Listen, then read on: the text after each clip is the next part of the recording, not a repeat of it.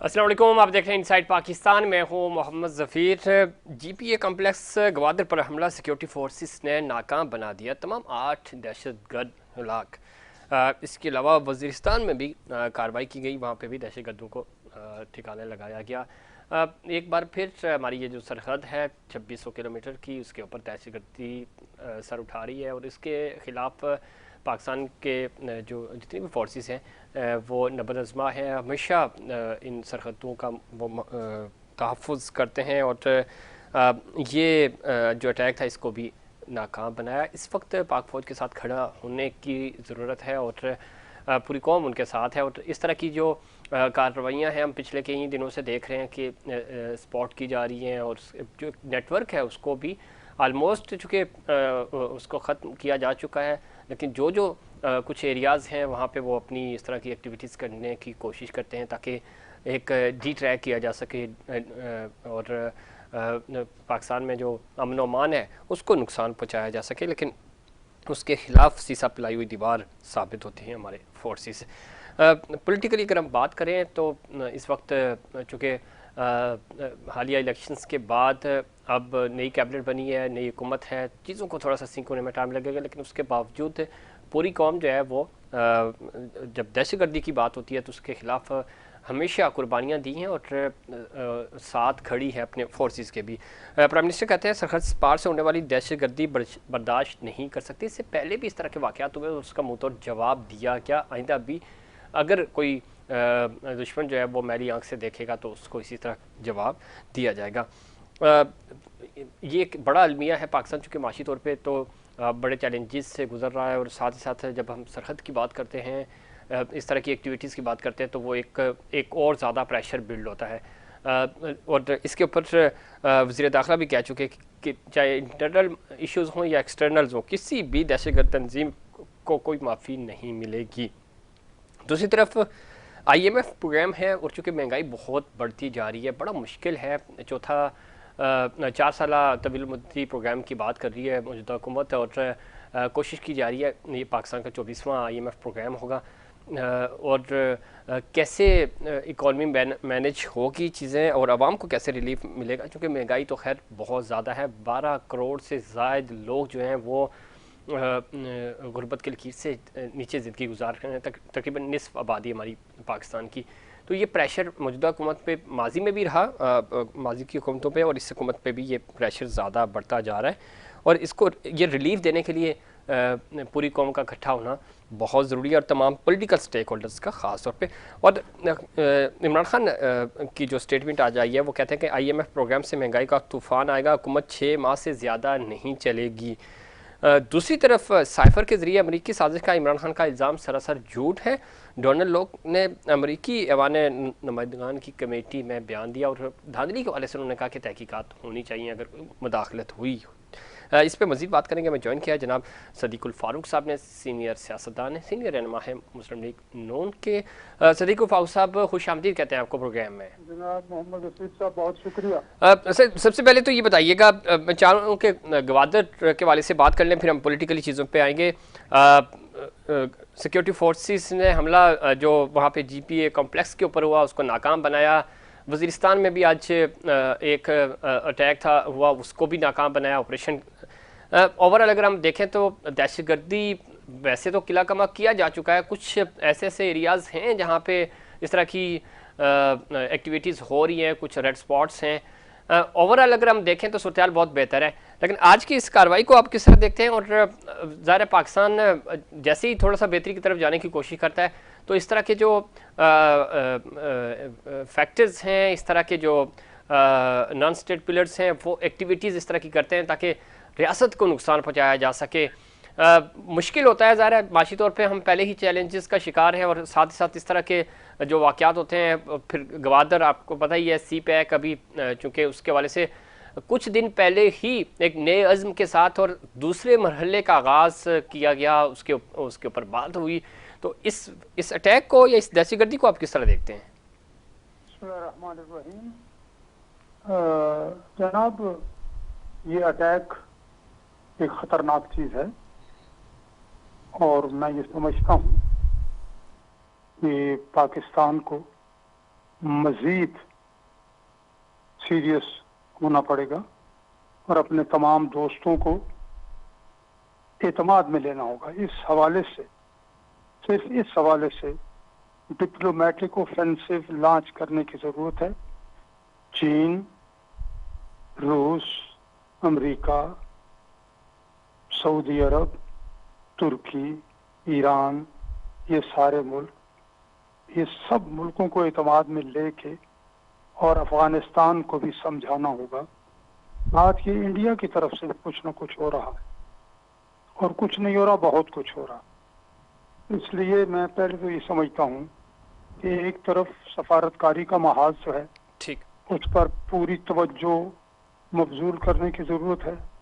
दूसरी तरफ है अंदरूनी महाज, तो तमाम वो ताकतें जो पाकिस्तान से मोहब्बत करती हैं वो इकट्ठी हों और वही जो दिसंबर 2014 में आर्मी पब्लिक स्कूल पर जो हमला हुआ और उसके जवाब में उस वक्त के वज़ीर आज़म जनाब नवाज शरीफ ने पूरी कौम को इकट्ठा किया, ऑल पार्टीज कॉन्फ्रेंस बुला के, उस तरह की इस वक्त भी एक कार्रवाई की जरूरत है।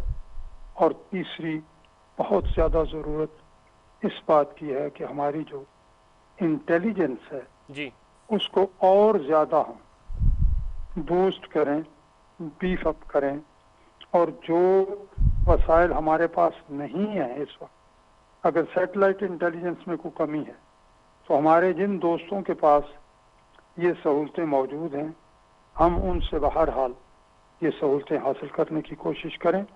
अगर आज इस जदीद दुनिया में रात की तारीकी में जमीन पर चलने वाली चूहिया भी देखी जा सकती है, तो ये जो दहशतगर्द हैं इनको भी पकड़ा जा सकता है। बहरहाल अच्छा हुआ कि हमारी मुसल्लह अफवाज ने, हमारे मुतल्लिका इदारों ने बहरहाल ठीक। इन एक लोगों चीज़ को सिद्दीकुल काबू फारूक साहब, कर फिर लिया। मैं चूंकि आगे बढ़ूंगा थोड़ा सा, जब आप पॉलिटिकली कमज़ोर होते हैं तो इस तरह की चीज़ें भी होती हैं, ज़्यादा उस तरह की ग्रिप नहीं आती। अभी जो इलेक्शंस हुए उसके बाद अभी ज़्यादा फॉर्मेशन हुई, कैबिनेट की हुकूमत बनी, इत्तेहादी हैं, सूबे और वफाक सिंक तो हैं, उस तरह सिंक भी नहीं है। तो आप समझते हैं, मैं पॉलिटिकली नहीं पूछ रहा, ये इंटरनली, कि जो इस तरह की तंजीमें होती हैं या इस तरह के वो लोग जो एजेंट का किरदार अदा कर रहे होते हैं या इधर ही बैठे डबल रोल अदा कर रहे होते हैं, तो उनको एक मौका मिल जाता है कि अभी तो चूँकि आप हुकूमत साजी में, चाहे वो सूबाई सतह पे हों चाहे वो वफाकी सतह पे हो, उसमें इंगेज हैं, तो क्यों ना हम इस मौके का फ़ायदा उठाकर इस तरह की एक्टिविटी करें ताकि एक प्रेशर बिल्ड कर सके हुकूमत के ऊपर।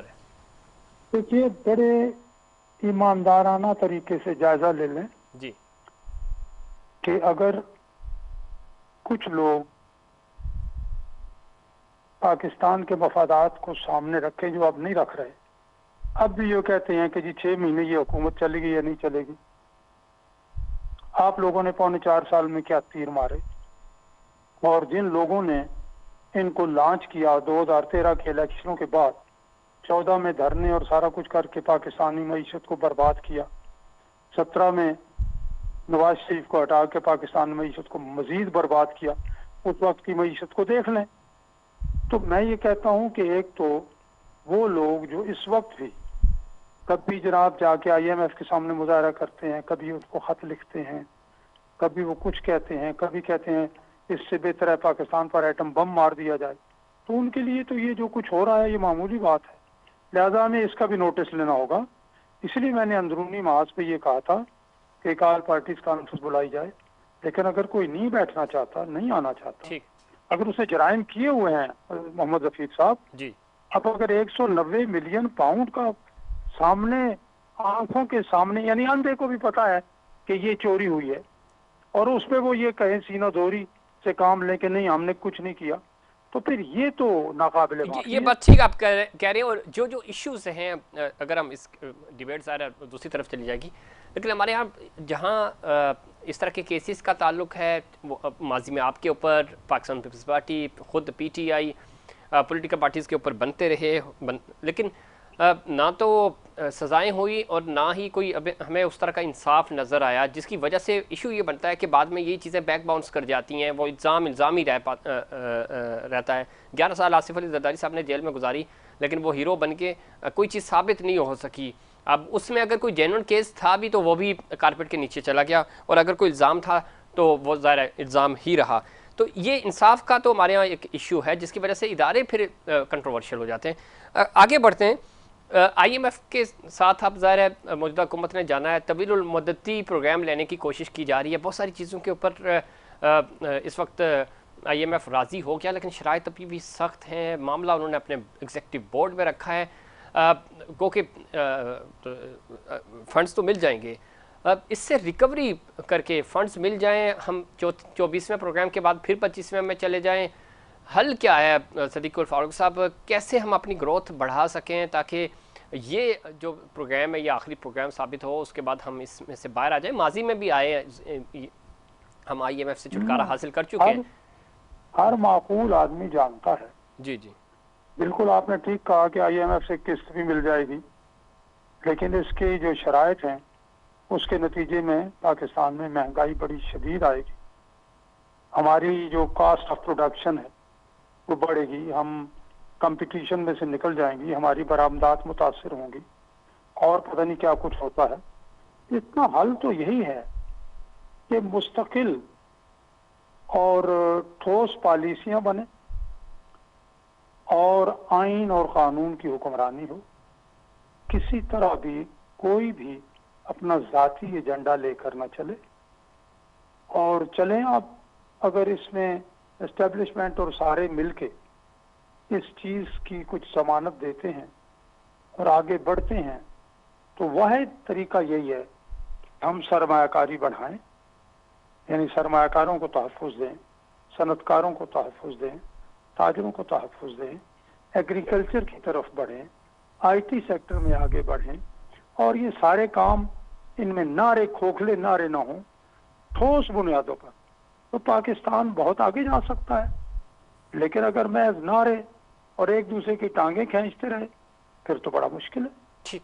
अच्छा, इस एक चीज़ और बड़ी इंपॉर्टेंट है सदीक उल फारूक साहब, जो है, मैं इसको कोई पोलिटिसाइज नहीं करना चाह रहा, लेकिन अमूमी तौर पे हमने देखा, गलत या सही, अभी भी जो जिस तरह की कैबिनेट चुनी जा रही है, जिस तरह के लोग आ रहे हैं, मुस्लिम लीग नून आपकी चूँकि इत्तेहादी हुकूमत है, हमारे जो वज़ीर ख़जाना हैं वो इलेक्शन लड़कर नहीं आए, और कोई बुरी बात भी नहीं है, ज़ाहिर आइन कानून आपको इजाज़त देता है। क्यों हम उन लोगों के ऊपर भरोसा नहीं करते जो आवाम से इलेक्शन लड़ते हैं, वो जीतते हैं, असेंबली में आते हैं, उसके बाद उनको अहम जिम्मेदारियां दी जाएं। ये इस तरह के तजर्बे माजी में भी होते रहे और अब भी हो रहे हैं, और यही चीज़ होती है कि आगे जाके फिर प्रॉब्लम्स भी क्रिएट होती हैं, और ये लोग साइड पे हो जाते हैं। बोझ जिसका पॉलिटिकल पार्टीज़ के ऊपर आता है वो ज़ाहिर वो पार्टी का हिस्सा होते ही नहीं है। इस तरह के लोग एक इस तरह के लोगों से आप ऐसे उनको आप खुसूसी तौर पे क्या कहना चाहिए, मशीर लगा के उनसे मावन खुसूसी के तौर पे सपोर्ट हासिल करें। मैं समझ सकता हूँ ज़ाहिर टेक्निकली सपोर्ट चाहिए होती है, ज़रूरी नहीं है कि एक सियासतदान को इकॉनमी का उतना ही नॉलेज हो, तो हम उनको अहम कलीदी जो ओहदा है वो क्यों दे देते हैं?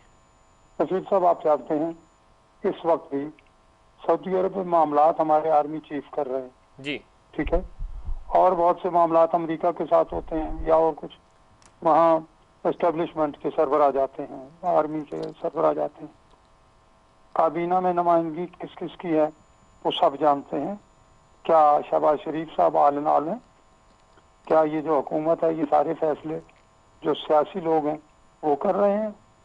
अब जिन लोगों ने पहले पाकिस्तान को, पाकिस्तानी मईशत को तबाह किया है, अब उन्हीं के जो आप कह लीजिए कि क्या कहते हैं फॉलोअर्स जो हैं जी, वो उनको ठीक करने की कोशिश कर रहे हैं। खुदा करे कि जो पहले मामलात बिगाड़ के चले गए, ताना बाना खराब करके चले गए, ये कुछ ताना बाना ठीक कर दें। ठीक। तजुर्बा तारीख बताती है कि ऐसा मुश्किल से होता है, लेकिन चले एक मरतबा हमें एतमाद करना पड़ेगा और मिलजुल के पाकिस्तान को इस सूरत हाल से निकालने की कोशिश करनी होगी। हाँ, अगर बाज़ औक़ात पॉलिटिकल पार्टीज के पास आदमी होते हुए भी अगर ये महसूस किया जाए कि किसी एक टेक्नोक्रेट को जो है वो आजमाने की ज़रूरत है, उससे काम लिया जाए और माजी के तजुर्बात को सामने रखते हुए, यानी उससे पहले के वजीर जो है उनकी IMF के साथ जो मामलात थे या IMF जो है वो उनसे कुछ उनके बारे में खुश नहीं है, तो चले एक न्यूट्रल आदमी को अगर ला के असल मामला नताइज पर नजर रखना है।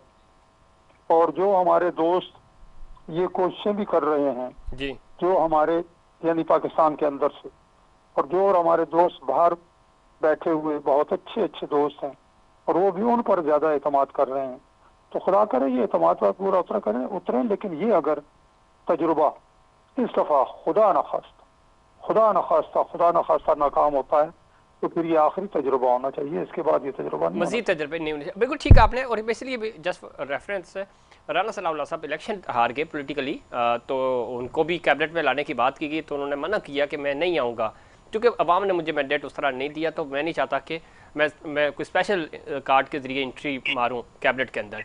तो ये एक इखलाकी तौर पर कि जब जमहूरियत के तहत या इलेक्शंस एक प्रोसीजर के तहत आ रहे हैं तो हमें अपने उन लोगों के ऊपर ट्रस्ट करना चाहिए जिनको अवाम ने मुंतखब किया, वो थोड़ी तादाद में है या ज़्यादा में फ़र्क नहीं पड़ता। आगे बढ़ते हैं। जहाँ तक बात है रिज़ल्ट्स की, रिज़ल्ट्स सदीकुल फारूक साहब अच्छे अच्छे रिज़ल्ट्स माजी में भी आए, अच्छे रिज़ल्ट्स का जो क्रेडिट है वो कोई और ले जाता है, और जब बुरी कोई परफॉर्मेंस होती है तो वो अगेन पॉलिटिकल पार्टीज़ के ऊपर आके पड़ती है।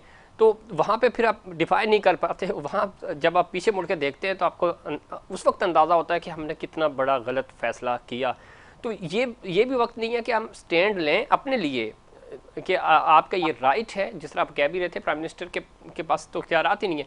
इमरान खान साहब को ये बात उस वक्त समझ आई, बाद में वो मीटिंग्स में भी कहते थे कि मैं तो बेबस था, मुझसे तो ये फ़ैसला भी मैंने नहीं किया, वो फ़ैसला भी मैंने नहीं किया।